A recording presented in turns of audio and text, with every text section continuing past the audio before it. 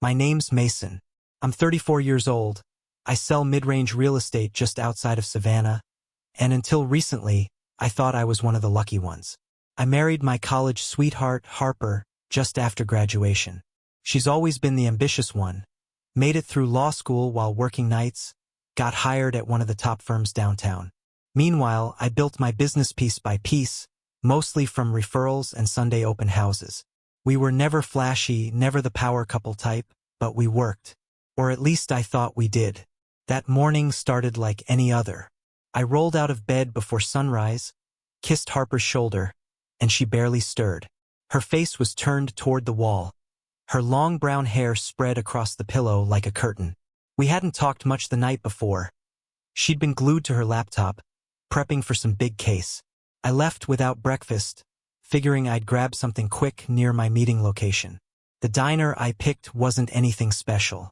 Kind of rundown, red vinyl booths, a waitress named Carol who called everyone Sugar. But it was close to the office park where I was meeting a client, and the coffee was strong enough to jolt me awake. I took a booth near the corner, half watching the local news on the small TV mounted above the counter. My mind was already shifting to business mode, contracts, inspection clauses, the usual. About 15 minutes in, I heard the bell over the door ring again, and I glanced up like I always do when someone walks in. It was automatic, but this time I froze. Harper. She walked in like she belonged there, confident and laughing, flanked by 3 colleagues. 2 men and a woman I'd seen once at a firm Christmas party. They all looked freshly showered, sharply dressed. Harper was wearing that gray blazer I'd bought her last year, the one with the subtle pinstripes. Her hair was up in one of those no-nonsense knots she wore to court. She didn't see me. They slid into the booth by the front window, sunlight pouring in and catching the gold in her earrings. I felt a strange tightness in my chest. Surprise? Maybe, or something more bitter. I hadn't known she was meeting anyone for breakfast. She hadn't mentioned anything the night before. But then again, we hadn't really talked. I took a long sip of coffee and told myself it was nothing. Colleagues grabbing a quick bite before a deposition or hearing. Normal. No big deal. But I didn't move. I should have gotten up. Should have said something. Hey babe, funny running into you. Something simple. Instead, I sat there, half hidden by the booth divider, completely still, watching like a stranger on the outside of his own life. Then I heard it. One of the guys, tall, mid-30s, blonde hair slicked back, leaned across the table and grinned. You light up around Thomas. Your husband must get jealous, huh? It was meant to be a joke. Just office banter. That's what I told myself. But Harper didn't laugh it off.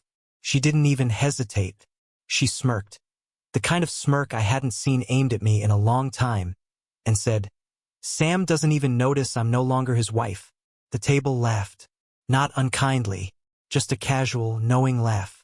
The kind that said this wasn't a surprise.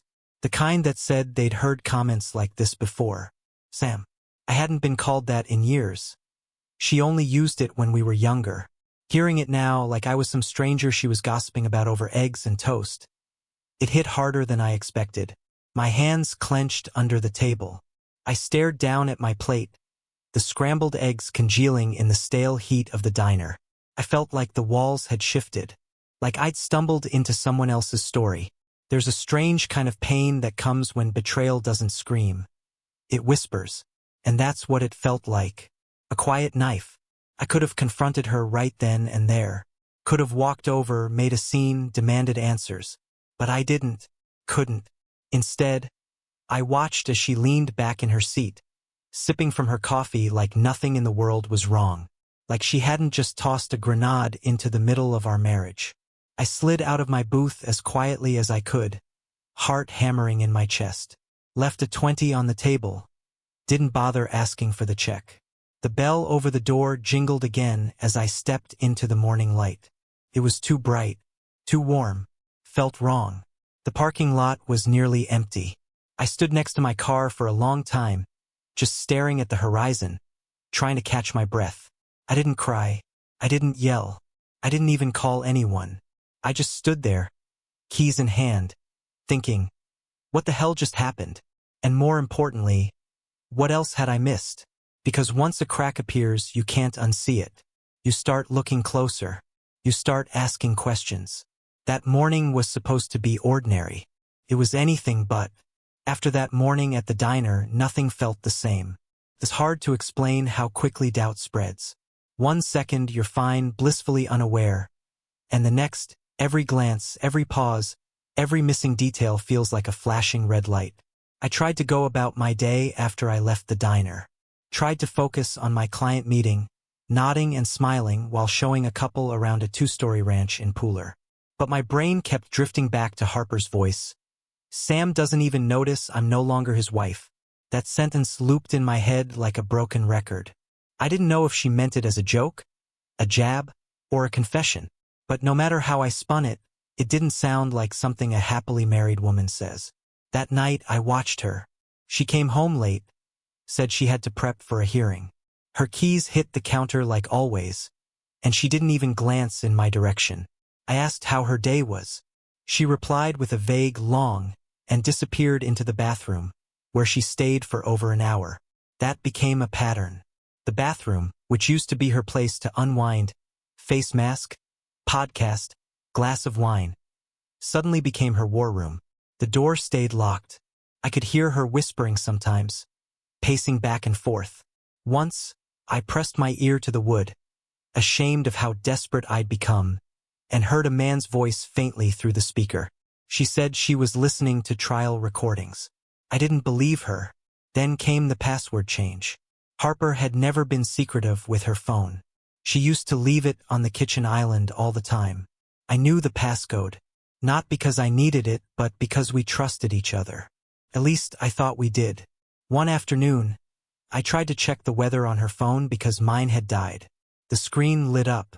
Passcode required. I tried her usual, our anniversary date. Denied. Tried again. Denied. She changed it. When I asked about it, she didn't miss a beat. The firm's IT department made everyone update their settings for security. Confidential client info. Maybe that would have worked before. Maybe I would have believed that. But now everything felt like a script. Rehearsed. It wasn't just the phone. She started buying groceries I couldn't stand. Spicy hummus, imported olives, a red wine I knew she hated but suddenly claimed she'd grown to like. I'd ask, "Since when do you eat this?" And she'd shrug. Thomas brought it to work. Said it's great. Figured I'd try it. Thomas. There he was again. The man from the diner. The one her coworker had teased her about. I started to hate that name. Every time it came up, it felt like another nail being driven in. I began noticing other things, too. Subtle. Things I never would have clocked before. Like how she stopped using we in conversations. We should try that new Thai place. Became, I heard about this place I want to check out. When I asked if she wanted to go together, she said, "Oh, I already made plans with the girls." Except the girls weren't real. I found that out the next day when I ran into Megan, one of the real girls, at the gas station. She said Harper had been distant lately. Said they hadn't seen her in weeks. And the texts, God. First, they were just cold. Short. Robotic. Like she was texting out of obligation, not desire. I'd send, "Hey, just checking in. Everything okay at work?" She'd reply an hour later, "Don't wait for me. Case deadline." No love you. No emoji. No warmth. Just the kind of message you'd send your coworker. I wish I could say I confronted her then. That I sat her down and asked point blank what was going on. But I didn't. Instead, I started living in this weird state of in-between. Not quite married, not quite separated. I'd lie awake at night while she slept 2 feet away, wondering what version of her I was next to. The int asterisk Macy died slowly. She stopped wearing the necklace I bought her on our anniversary. Said it tangled in her hair too much. She used to fall asleep with her hand resting on my chest. Now she turned away, curled up in a tight ball at the edge of the bed. One night, I reached over to hold her hand. She flinched. Not dramatically. Not enough to be obvious. Just a quick, subtle pull, like her body rejected the idea of touching me. Crushed me. I started looking for reasons to stay out longer. took the scenic route home, found excuses to swing by the hardware store even when we didn't need anything. I just couldn't face the version of home that waited for me. And yet, I still hoped. Some part of me clung to the idea that maybe I was wrong. Maybe it was stress. Maybe the job was grinding her down, and this distance was just temporary. But hope started feeling a lot like denial. One night, I came home early and found her asleep on the couch. Her phone was on the coffee table, screen lit up. A message thread open. I didn't touch it, just read what I could see. Thomas, did you get home okay? Harper, yeah. He didn't even ask where I was. Thomas, told you. Harper, I don't think he sees me anymore. I stood there in the hallway, staring at those words until the screen faded to black. She didn't even stir. And in that moment, something shifted. It wasn't anger. Not yet. It was resignation. I realized I wasn't just losing her. I had already lost her, and I didn't even know when it happened. I wasn't supposed to be home that day. The original plan was to be in Birmingham through Saturday, showing a lake house to an out-of-town buyer. We'd been texting back and forth about details for weeks, but he called me late Thursday and said his flight got canceled. Said he'd follow up next week. Just like that, my Friday was free. I remember staring at the hotel room wall, suitcase half-packed, wondering if I should just stay the extra night anyway. It felt easier than going home to Harper and the version of her I didn't recognize anymore. But I missed my own bed. Or maybe I just wanted to believe, despite everything, that coming home early would spark something. Surprise her. Reconnect us. Remind her that there was still a man here who chose her every day. So I drove. I didn't text her that I was on my way. Didn't call. I wanted to see what our life looked like when no one was watching. When I pulled into the driveway around noon, her car wasn't there. At first, I didn't think much of it. Maybe she went to grab lunch, or maybe she was at the firm. But something about the way the front blinds were tilted, just barely open, made me pause. I stepped inside, quietly, like I was trespassing in my own house. The air felt still, heavy. Shoes I didn't recognize sat by the door.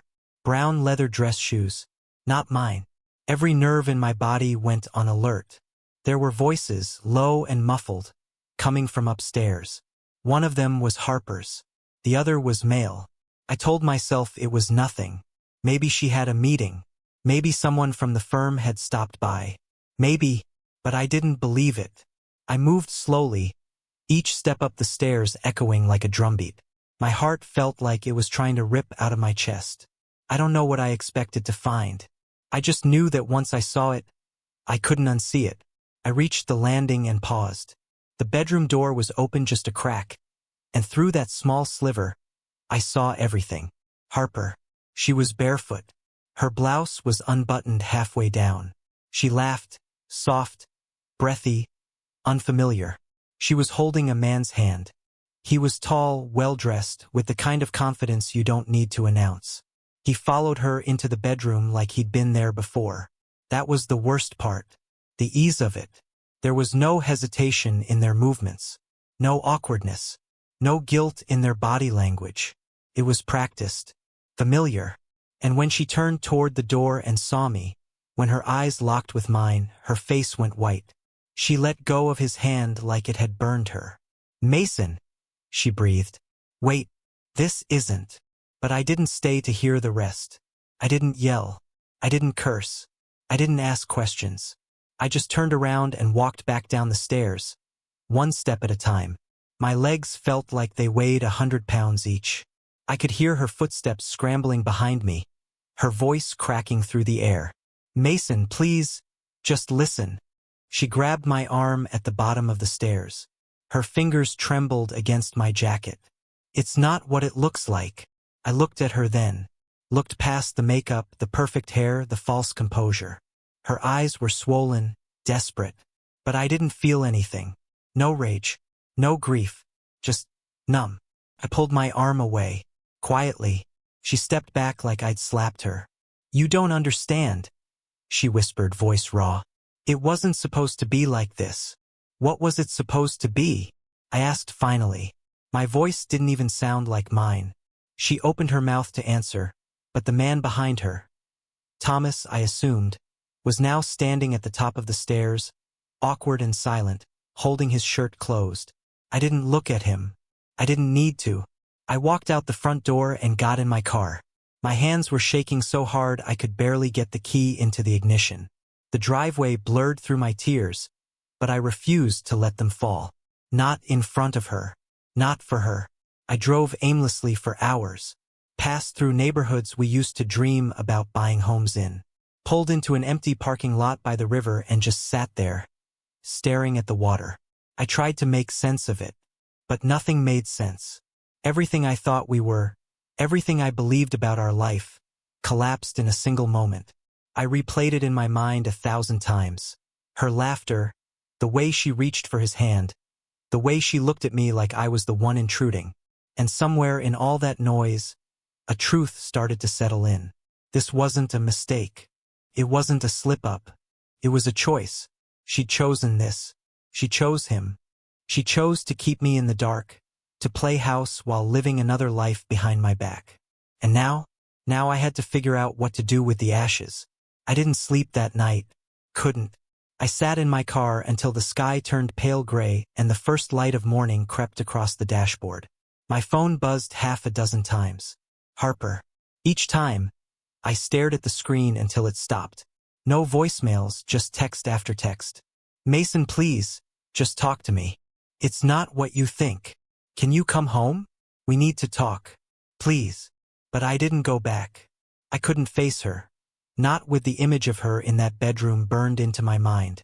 Not after seeing her hand in someone else's. Not after hearing her lie with such ease. Eventually, I drove to my brother's place on the south side. Told him I needed a few days. I didn't go into detail and he didn't press me. Just tossed me a spare key, clapped me on the shoulder and said, "Whatever it is, you don't have to carry it alone." But I didn't feel like talking. I barely felt like existing. That afternoon, I went back to the house, but only for one reason. Closure. I walked through the front door like a stranger, every step deliberate. I didn't knock. I didn't warn her. I wanted her to feel the shift. Wanted her to know that whatever we had before was gone. She was sitting on the floor of our bedroom when I got there. The same bedroom I saw her bring another man into just 24 hours earlier. Her back was against the bed frame, knees pulled up to her chest, hair falling around her face. She looked small, broken, almost. A pillow was clutched in her arms like a lifeline. It was mine. She used to steal it every night because it smelled like me. Now she looked at me like I was a ghost. "I didn't know if you'd come," she whispered. "I'm not here to talk," I said. "I'm just here for my stuff." Her mouth opened, but no words came. Her eyes were red, swollen. I could tell she hadn't slept either.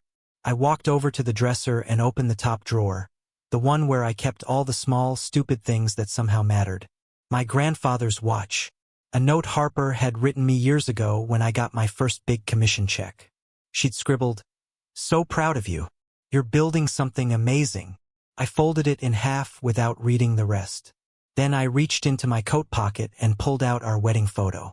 I left it on the pillow next to her. On the back, I had torn through the handwritten message she had written to me the night before our wedding. Half of it was missing now, split right down the middle, just like us. She stared at it for a long time, and then, finally, she spoke. "Do you want to know the truth?" she asked, her voice almost too soft to hear.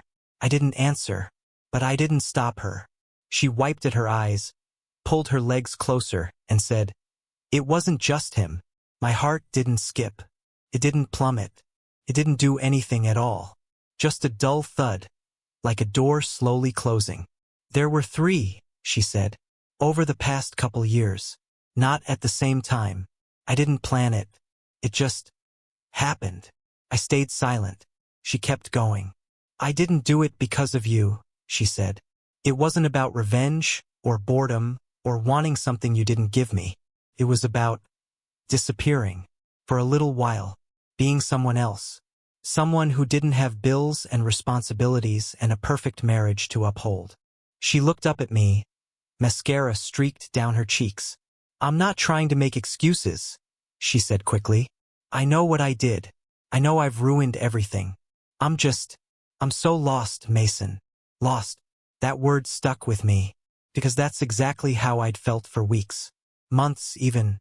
Like we were both walking through the same house, same routines, but never looking each other in the eye.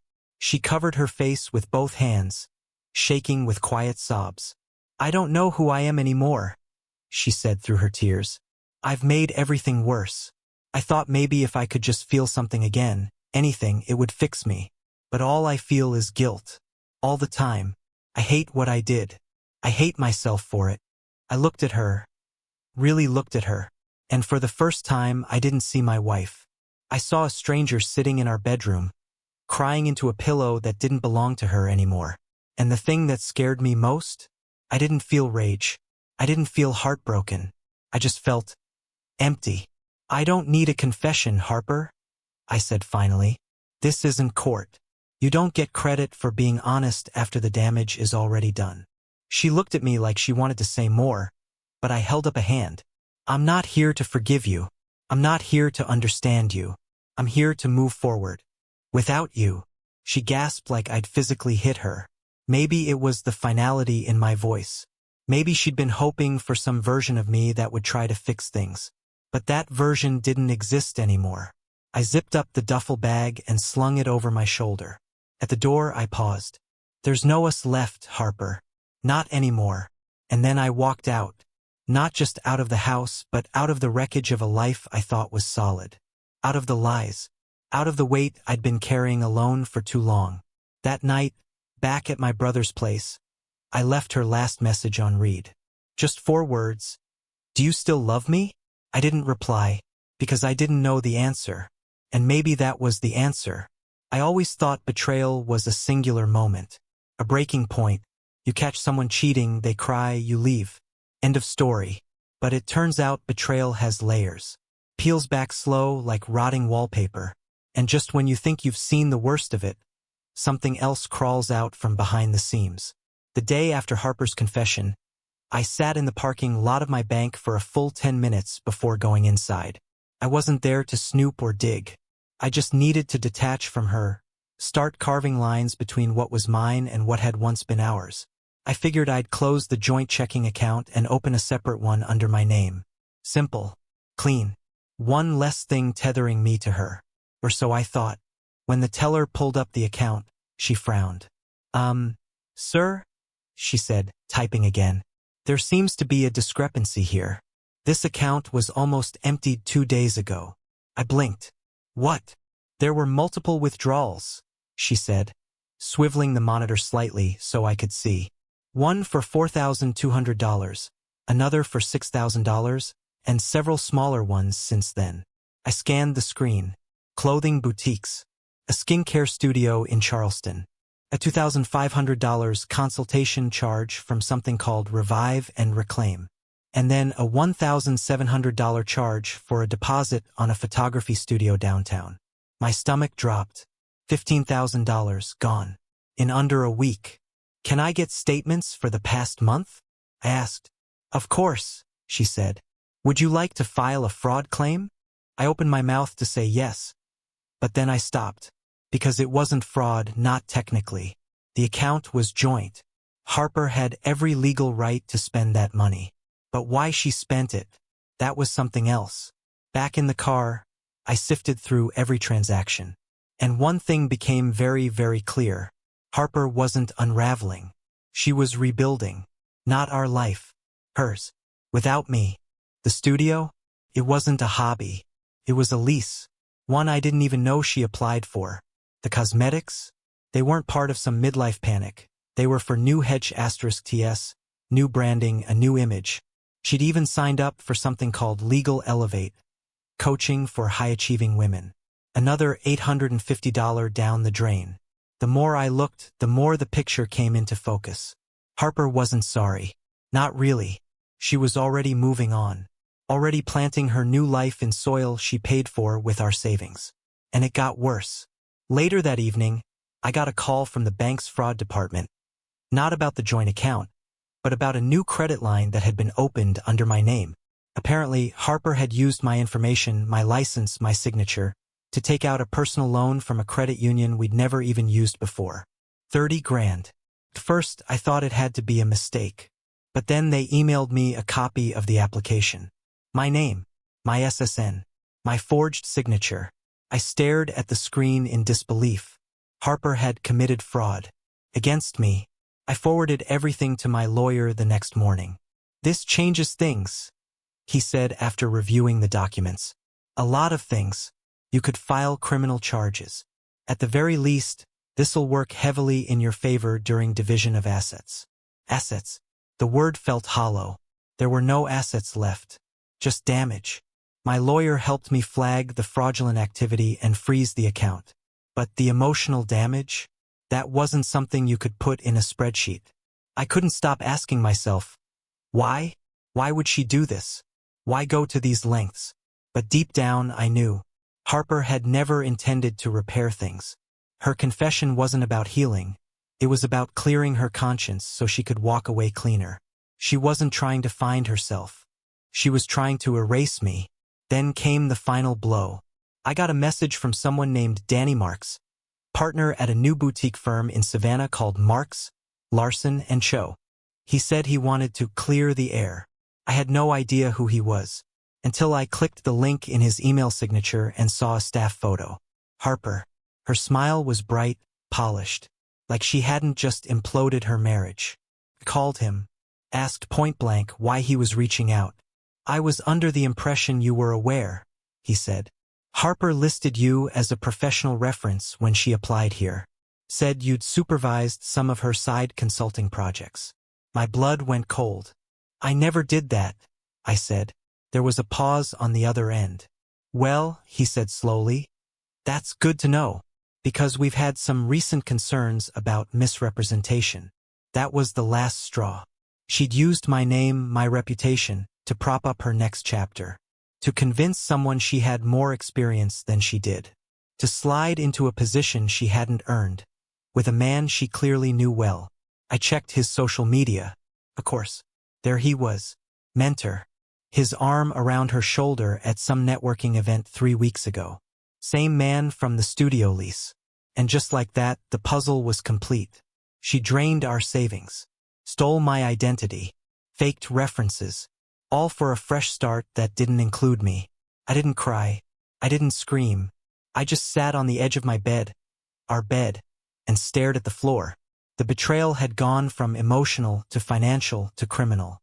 Harper hadn't just left me. She had gutted me, quietly, strategically, piece by piece. And for the first time since this whole thing started, I realized something brutal. This wasn't the collapse of a marriage. It was the collapse of a con. And I had been its final investor. When I found Natalie, I wasn't looking for revenge. I was looking for truth. She was the wife of Harper's so-called mentor. The man who helped Harper forge her way into a new life. I tracked her down through an alumni page, reached out with a short message. "I believe our spouses are involved." I expected silence. Instead, she responded in 5 minutes. "What's her name?" When I told her, just Harper, she didn't ask for a last name, didn't ask for proof. She just said, "I had a feeling." We met at a quiet cafe on the river. Natalie was composed, sharp, and tired in the way people get when their instincts have been screaming for months but no one has believed them. I showed her photos, documents, texts. She showed me **TS of hotel bookings. A blurry picture from a gala Harper swore she didn't attend. 2 stories. 1 betrayal. Natalie filed for divorce that same week. But she didn't stop there. She reported Harper's fake references to the Bar Association. Sent in every piece of documentation we'd gathered. Together, we built a case. A few days later, Harper texted me, "You destroyed everything." I stared at it for a long time, and then I deleted it. She had already done that herself. I didn't owe her a thing. Harper showed up at the ethics hearing dressed in white. It was almost theatrical, like she thought she could still play innocent. Her lawyer tried to spin the narrative. That I was bitter, retaliatory, vengeful. But the evidence told a different story. Forged documents. Financial fraud. Emails that contradicted her claims. A web of lies too tangled to explain away. The decision was swift. I got the house. She got the debt. She didn't say a word to me as she left the courtroom, but a week later, she came by to collect her things. She stood in the doorway, looking around like the place was unrecognizable. "I lost you," she whispered, voice barely above a breath. I met her eyes, steady, unmoved. "No, you erased me yourself." That was the last real conversation we ever had. Later that night, Natalie messaged me. "He's been fired. It's over." It was simple, final, clean. I lay back on my couch and stared at the ceiling. My phone buzzed once more, Harper again. "Are you happy now?" I turned the phone face down and closed my eyes. It wasn't happiness. It was freedom.